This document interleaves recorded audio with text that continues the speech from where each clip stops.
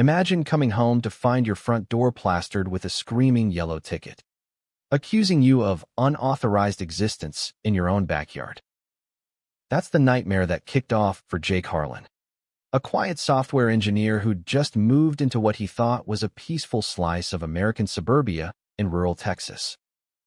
But oh, the irony. His new neighbors weren't the welcoming committee.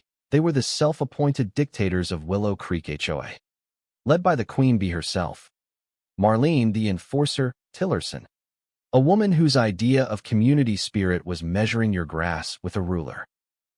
Jake had heard the whispers before he even unpacked the last box.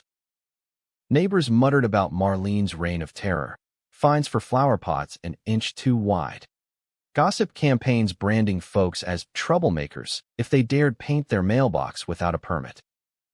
But Jake, ever the observer, kept his head down. He'd been through enough drama in his old city job, false rumors about his work ethics that nearly cost him a promotion. Here, he figured silence was golden.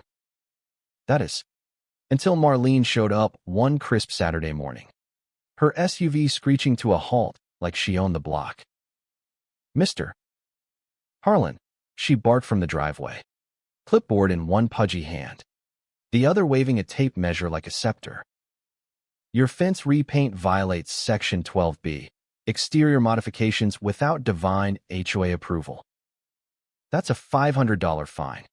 Payable now, or we'll escalate." Jake peeked through the blinds, his wife, Ellie, freezing mid-coffee pour. "We're not even in your HOA," Ellie called out, voice steady but eyes flashing. Marlene's lips curled into a smile that didn't reach her beady eyes. "Oh, honey, boundaries are flexible when it comes to maintaining standards. Think of the property values." She slapped the notice on the door with a thud that echoed like a gavel, then waddled off, muttering about non-compliant riffraff lowering the tone. The rumors started flying that afternoon. By evening, the neighborhood Facebook group was ablaze. That new guy Jake's turning his place into a junkyard.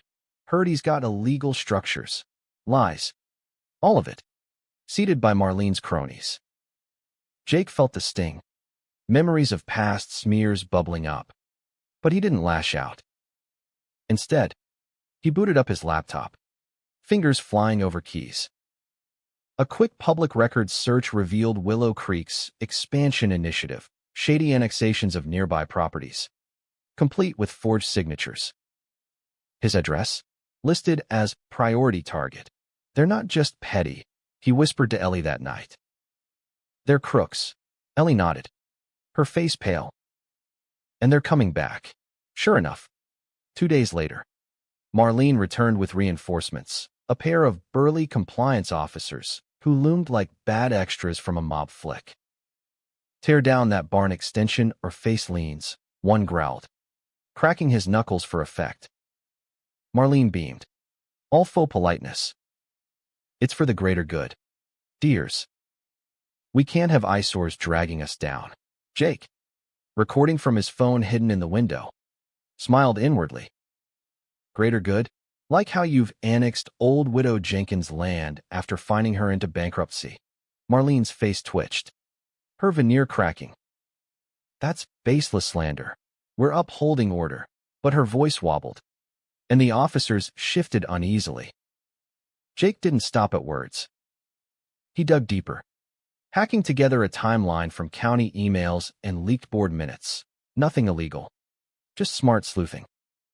The HOA's fines funneled into private pockets. Kickbacks from developers eyeing cheap land grabs. Marlene's emails dripped hypocrisy. "These outsiders think they can ignore rules? We'll bury them in paperwork until they beg to sell." Neighbors started confiding in Jake anonymously, stories of midnight threats. Slash tires. All under the guise of community enforcement. He compiled it all into a dossier, then tipped off the county auditor anonymously. The tension built like a storm cloud.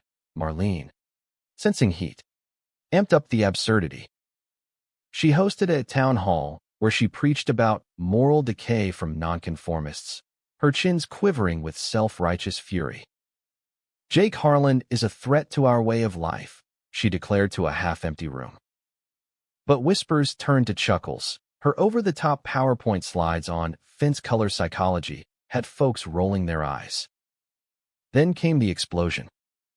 At the county hearing Jake orchestrated, he stepped forward, calm as a cucumber. Ladies and gentlemen, meet the real Willow Creek HOA. He projected the emails, the forgeries, the bank transfers. Marlene sputtered, her face ballooning red. This is a witch hunt. I'm protecting our values. But the auditor wasn't buying it. Values like embezzling $200,000. The room erupted in gasps. Marlene's board scattered like rats. One even flipped on her mid-testimony. She said it'd be easy money. Force him out. Cash in. Arrests followed. Fraud. Racketeering. Marlene's empire crumbled. Her compliance turned into compliance with handcuffs. Jake watched from the back, a quiet grin breaking through. The neighborhood breathed free. No more tape measures terrorizing porches. But here's the kicker. Was Marlene the villain? Or just a symptom of a system that lets petty tyrants play God over your own backyard? You tell me, is it ever right to bend rules for order, or does that just mask the real crooks?